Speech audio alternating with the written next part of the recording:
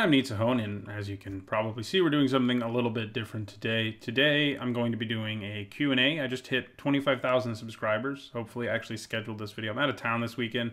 Pretty sure I'll hit it by Sunday, and that's when this video should be going up. I'll be close either way, but I'm doing a Q&A video to sort of celebrate bringing it 25,000. I want to thank all of you for helping me get there. The support has been great. It, really motivates me to keep making content since people are watching it. So thanks to all of you for helping me continue to be motivated to make content. And so I asked people to give me their various questions they wanted to see me answer, magic or non-magic related. And I picked out some of the ones that I thought would be the most interesting for everybody and maybe tell you a little more about myself on a personal level. That's what I did with the last one of these. Then you already know. And so yeah, let's just jump into the question. So the first one that was asked that I wanted to address is, will I ever make Commander gameplay, which was asked by Bobby43 Rocks. Well, yes and no, I guess. I already have made Commander gameplay. They're older videos. The sound quality is awful, but they're out there. I did used to play a lot more Commander. These days I don't really. I mostly just play limited. I just have limited time, between my job and, which is something I'll talk about more in a little bit, and the channel and the stuff I already do on the channel. I just don't have time to do Commander anymore. And it was, it became clear, I like Commander, but it became clear I like limited more when that's what I continued to play, and Commander just isn't. But I do think Commander is a cool format. Maybe someday I'll have more time, and maybe it could happen. Maybe some card gets released that really makes me want to build a new Commander deck. It could happen. We'll just have to see. The next question I want to answer is another Magic-related one. It was asked by Jin Sung Han, and he basically asked me, what was the most shocking card to make a top 10, and what was the most shocking not to make a top 10? And the most shocking to make a list is Volcanic Strength. It made my Landwalk list, which, yeah, sure, Landwalk, I'm going pretty deep already, but still, Volcanic Strength, people played that. So I didn't play the game between I stopped playing in like the end of Lorwyn block and then came back around Theros. And so there are some cards, I have a lot of knowledge about cards from the period that came before and the period that came after, just because I was more aware of what was going on. But sometimes there are cards that I just don't expect to make the list at all, and Volcanic Strength is one of those. It's an aura that gives +2/+2 in Mountain Walk. Like, really? No. I mean, the decks it was played in were hyper-aggressive. It made sense to play, but that's an example. Like, sometimes, it's tempting to go through and do the research for my lists and just skip cards. So I'm like, there's no way that's all play. And that would have been one of those cards, but it made the list. I think it was number 7 even. It wasn't even number 10. And the most shocking to not make lists is one that people complain about a lot not being on my list, and that's Goblin Guide. That card feels like it has done so much more than it has just because it's one of the best aggressive creatures ever. But it hasn't done enough to get on the lists that are so stacked that I've made it. It made it on Goblins, but it didn't make it on Haste. It didn't make it on 1-drops. And those were both, after I made the Haste video, I knew it wouldn't make 1-drops, but I was surprised it didn't make the Haste video. But it really only sees play in one format, and that's Modern. So any cards that see play in multiple formats or have seen heavier play, just outpower it. I mean, it's going to continue to see play in Modern, but, I don't know how long it'll be before it makes the list. All right, so next we'll look at another, it's not Magic related, but it is card game related. Question mark, asked me, are there any other TCGs that you've had fun drafting? Yeah, mostly online ones. I've played a bit of Hearthstone, Arena, it's fun enough. Most of the time when I've played Arena, it's because I'm traveling. I mean, Hearthstone, that is, an Arena on it, is because I'm traveling and I don't have a good way to play Magic because I don't have a good way to play Magic like on your phone at this point, which is kind of ridiculous, but hey, that's how it is. So Hearthstone and Eternal, I've done drafting on Eternal also, and those are both fun. I don't have a lot of time for them because of how much time I put into Magic and this channel and in my life. But those are fun. I don't think they're as fun as Magic, but I do think they're fun, and it's nice you can just play them on your phone. So get to it, Wizards. I need to be able to draft on my phone. Another question relating to my channel, asked by Adam Wiener, is how do I do research for my top 10s? Well, the answer to that is kind of long, but I'll tell you. First, I sort of figure out what I want the topic to be. Sometimes I run a poll. Sometimes it's based on stuff going on in the community. Sometimes I'm just curious and want to do the research myself. And then I use Scryfall or Gatherer, usually Scryfall these days because it's way better, to look through all the cards that fit that particular whatever theme it is. Like, let's say I'm doing flying. I look at every single card with flying, And then I go to mtgtop8.com and I pick the parameters that I want, which are generally that it has to be a premier event top 8 for me to care about it. And I look at basically every single card, especially when it's cards that came out in that time between when I wasn't paying as much attention to Magic. And if it came out during that time, I have to look it up because I'm like, I don't know. I don't think this saw play. It looks awful, like Volcanic Strength. But lo and behold, sometimes cards do see play. So I have to do that to be thorough. And so I go through all of that, and then I count all of the Grand Prix and Pro Tour top 8s that pop up on MTG Top 8, which is all of them. It takes a lot of time. I mean, it depends on the list. Some lists where there's, not nearly as many cards, it doesn't take as much time. But that's how I do the research. Then I go through and look at all the different decks it was played in. I go back and look at what people were writing about the cards at the time and all sorts of stuff like that to sort of synthesize the information about that card and what made it good at the time into my video. So that is how I make top 10s. So the next few questions are all questions that aren't really about Magic. Some of them, I guess, are sort of about the channel. So the first of those that I wanted to answer is asked by Raymond Nico Bombs, who asked me, explain the etymology of the name Nitzahon. And it's actually Nitzahon, just to throw that out there. I just don't, if I did that, if I pronounced it that way, I feel like more people would be like, what? Like, they wouldn't know what I was saying. Enough people have a hard enough time with Nitzahon, which I understand because it's not a normal word in English because it's not an English word. It is actually a Hebrew word. It means victory in Hebrew. The Hebrew root netzech means victory. Nun, tzadi, chet, for those of you out there that are studying Hebrew, maybe. And it is the noun form of that verb. And it literally means victory. So I'm Jewish, as I think a lot of you know. I also study Jewish history. And I know Hebrew. And so all of that sort of combines together to make me make that the name of my channel, which in retrospect honestly probably wasn't the best name just because nobody has any idea what it means. It's not the kind of channel name that really sticks in people's heads, I don't think, but here we are. That's the name. I guess it's unique. A lot of people don't know what it is. On occasion, I'll encounter people who do know what it is, and that's always interesting and fun. And now more people know what it is since you're watching this video, but that's where the name comes from. The idea being that hopefully I'll win in my videos, and hopefully I'll help you win more and have victory in your own videos. In your own drafts, I mean, not your own videos. Maybe your own videos, if you have videos in your own videos.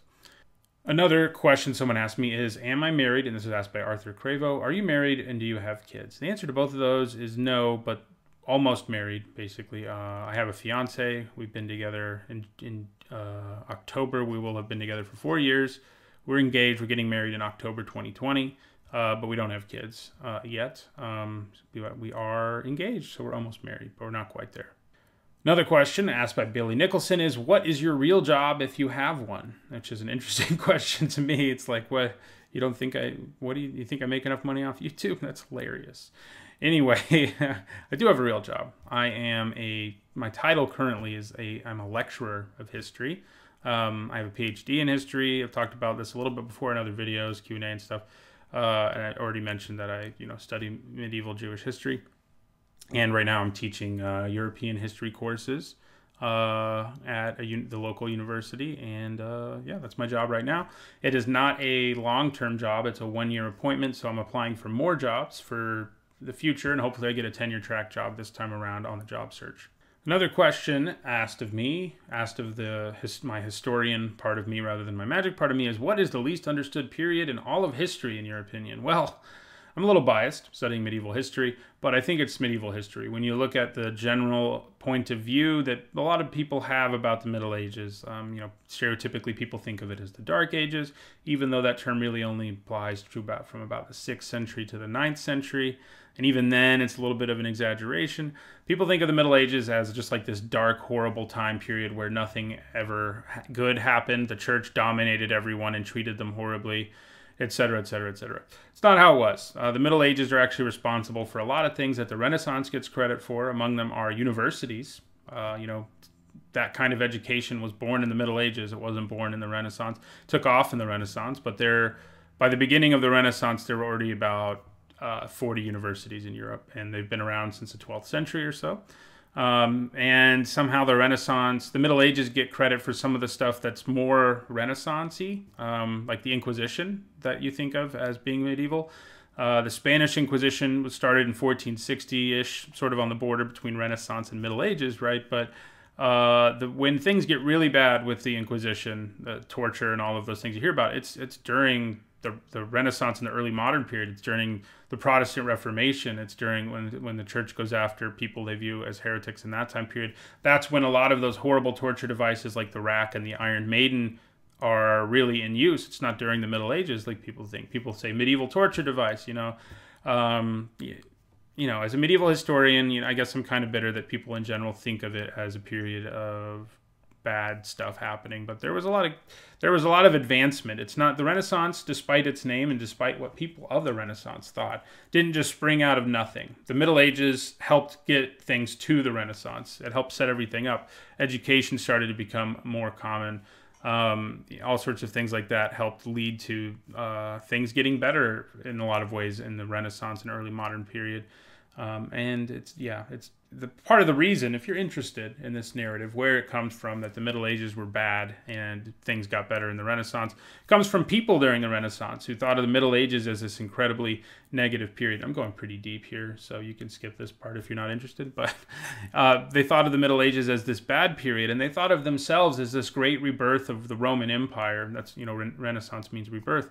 And that's where the term Middle Ages even comes from. It's the period in the middle that who cares about that, right? Who cares about the period in the middle? What matters is us and the Romans. All that matters is them. And, it's kind of ironic because people in the Renaissance wanted to do everything the way Romans did and to ignore anything that came from the period of the Middle Ages. But one of the big innovations of the Middle Ages that, thank God for all of us, happened is uppercase and lowercase letters. Which were created during the Carolingian Renaissance in the late 8th, early 9th century under Charlemagne, an emperor of France, basically, king of France and then emperor. And when the people of the Renaissance were like, let's write the way the ancient Romans did, they went back and they looked and they found this beautiful script with uppercase and lowercase, and they assumed, this much must be what the ancient Romans wrote in. And that's just one. Then they started writing that way, which is a good thing for all of us, in uppercase and lowercase letters.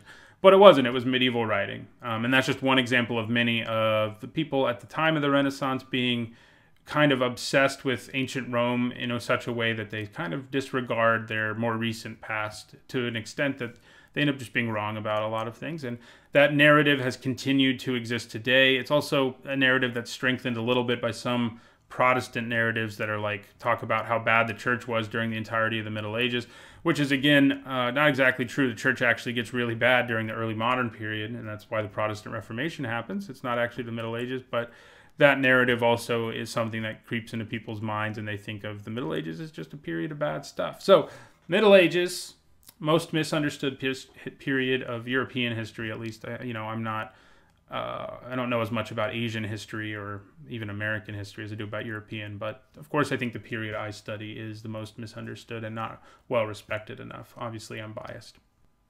Another question asked by David Collins is, what are my other hobbies other than magic and bird watching? So yeah, my last video I talked about the bird watching thing. If you watch my content, I like birds. It's not, news probably to most of you, so that's why he asked this. He wants to know what else I like to do. Well, there's not a whole lot else I have time for, to be frank, but I do have some other hobbies. I really like baseball. I'm a big Boston Red Sox fan. My parents got divorced when I was young, and my father lived there from when I was 3 to 14. Went there every summer, the middle of baseball season, and, kind of got indoctrinated. So I love baseball. The Red Sox are having a great season, so that's awesome. I like sports in general. I also like college football. It's probably my second favorite sport, but I like them all, really. Soccer, tennis. I can watch all of them. But baseball and college football are the two that I probably follow the most religiously. I also like to cook. I do most of the cooking in the household. I like, learning new recipes. Between my fiance and I, we have a lot of dietary restrictions. So, I don't eat dairy basically. And, we don't eat meat other than fish. We're pescatarians basically. But she also has, other issues, and there's some other foods that we can't eat, like things that are high in acid content and stuff that we can't eat too much of. So I've had to come up with, figure out a lot of recipes that are good, that work for both of us, which has been a challenge. But now that I've gotten there, I'm having a lot of fun coming up with new recipes. I really like making, various dishes with seafood, especially because I really like seafood and I need to get protein somewhere. So those, I guess, are my other hobbies. Is there anything else? I don't think so. I mean, I like, I like watching stuff on Netflix. Big Doctor Who fan, big Supernatural fan, things like that. All right, so I think that was the last question. Couldn't answer everybody's, but I answered a lot that had some overlap with other people's questions, so I hope I satisfied enough of you. I'll do another one of these next big milestone. I'm really happy again to have hit 25,000 subscribers. My goal was to hit that by the end of the year. We got there by a few months. Maybe we'll hit 30,000 by the end of the year. I mean, the end of the year is close, but maybe we can do it. I'd be really happy if we did. Thanks again for all your support. I hope you enjoyed this sort of different kind of video. If you did, let me know. Maybe I'll do more mailbag type things in the future. Thanks for watching.